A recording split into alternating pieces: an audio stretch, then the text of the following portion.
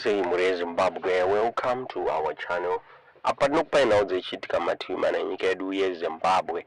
Nasi tinonyata kuigira inyaya chitiko chaitika kurufu kwa vageza vakafira ku South Africa mushure mekunge varwara necancer vavigwa muzvara nasi kufamu kwavo kusanyati reZimbabwe. A lot of people vakatenda funeral yavageza muchitiko chaitika ikoko mukadzi wageza awanikwa achirwadziwa nekubida farewell kumurume wavo vageza vakatrenda mushure mekunge vakabuda vachitarai vachita vamunangagwa havasi kuzosvika 2030 vakabuda vachitarai vachiti vava kurwara and he wishes kuti vaZimbabweans akontinue nedonzvo rekuti vamunangagwa vaonekwa vachimiswa the 2030 agenda yavo. So tine mavideos atakuvigira yatira kuti mungoona zvichitiko zvaitika kurufu rwageza. Icho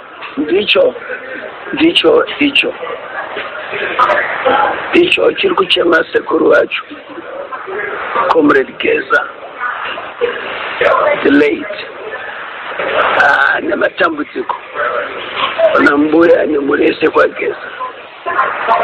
Inini ndio andinowaziva sekuru ndabva kure na sekuru mazuva avaifamba na Comrade Herbert Matlava the late Gaza sekuru wangu sekuru long chess vese rainre shurupi kuti muzive rainre shurupi vaisasiyana asi sekuru vaenda kunojoina macomrades avo shamwari dzavo vaisasiyana chero zvikaita sei.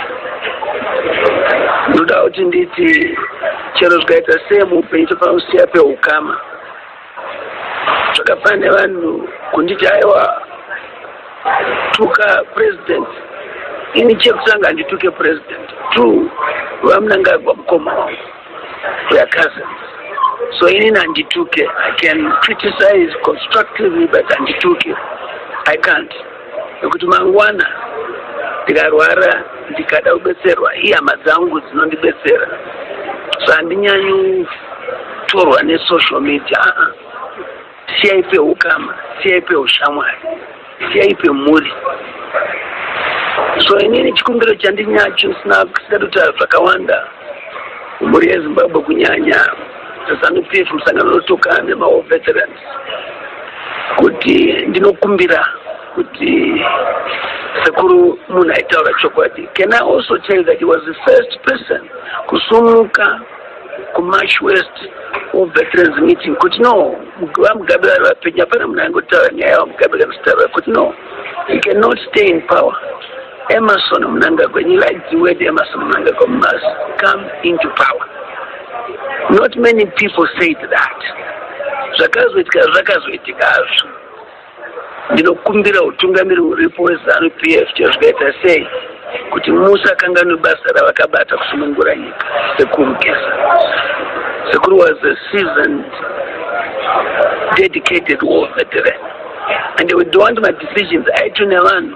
As war veterans, the president is qualified enough to understand the role that he played in the liberation of this country. He was not a fake war veteran at all.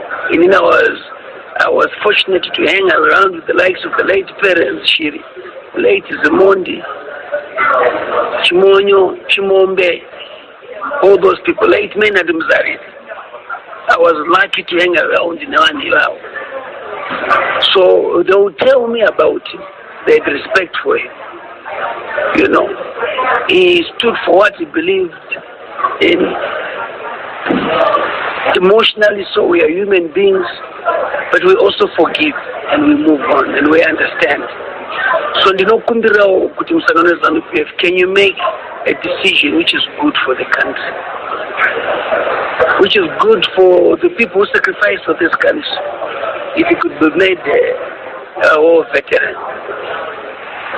who would be a national hero, a war veteran who will be a national hero, he deserves the national hero status. Chikumbiro changu Could have a person on Gatisiane, but let's give the person the hat and the suit that fits him the most. May his soul rest in peace. And all that. So Sekuru and I were very close. Little chairman with my shoes tight out. I just said, do I need to ruin the Kwakator and Kasawa defend I just temper Urkupi. He would stand for me. And Mary made sure as chairperson that he was made a central committee member without being contested, because he deserved to be there. For me, he's died as a man of principle, a man who stood for what he believed in. And may his soul rest in peace, Sekuru. You'll be sorely missed, Sekuru. We used to have some good conversations, not Zukutamba, you know. So, yeah, I did not expect this to happen, but it has happened. But may he be given the recognition that he deserves. I pray to God, you know, no matter, you know, the president is bigger than everyone else. The president is bigger than everyone. That's why if you know that he's bigger than everyone else. And may Zimbabwe come together and recognize a gallant son of the soil. Icho ndicho chinokumbira chiri kunamata kuna Mwari nevadzimi vedu kuti vageza ngavaitwe national hero kuti president wanzwawo munamato wenyika. Thank you.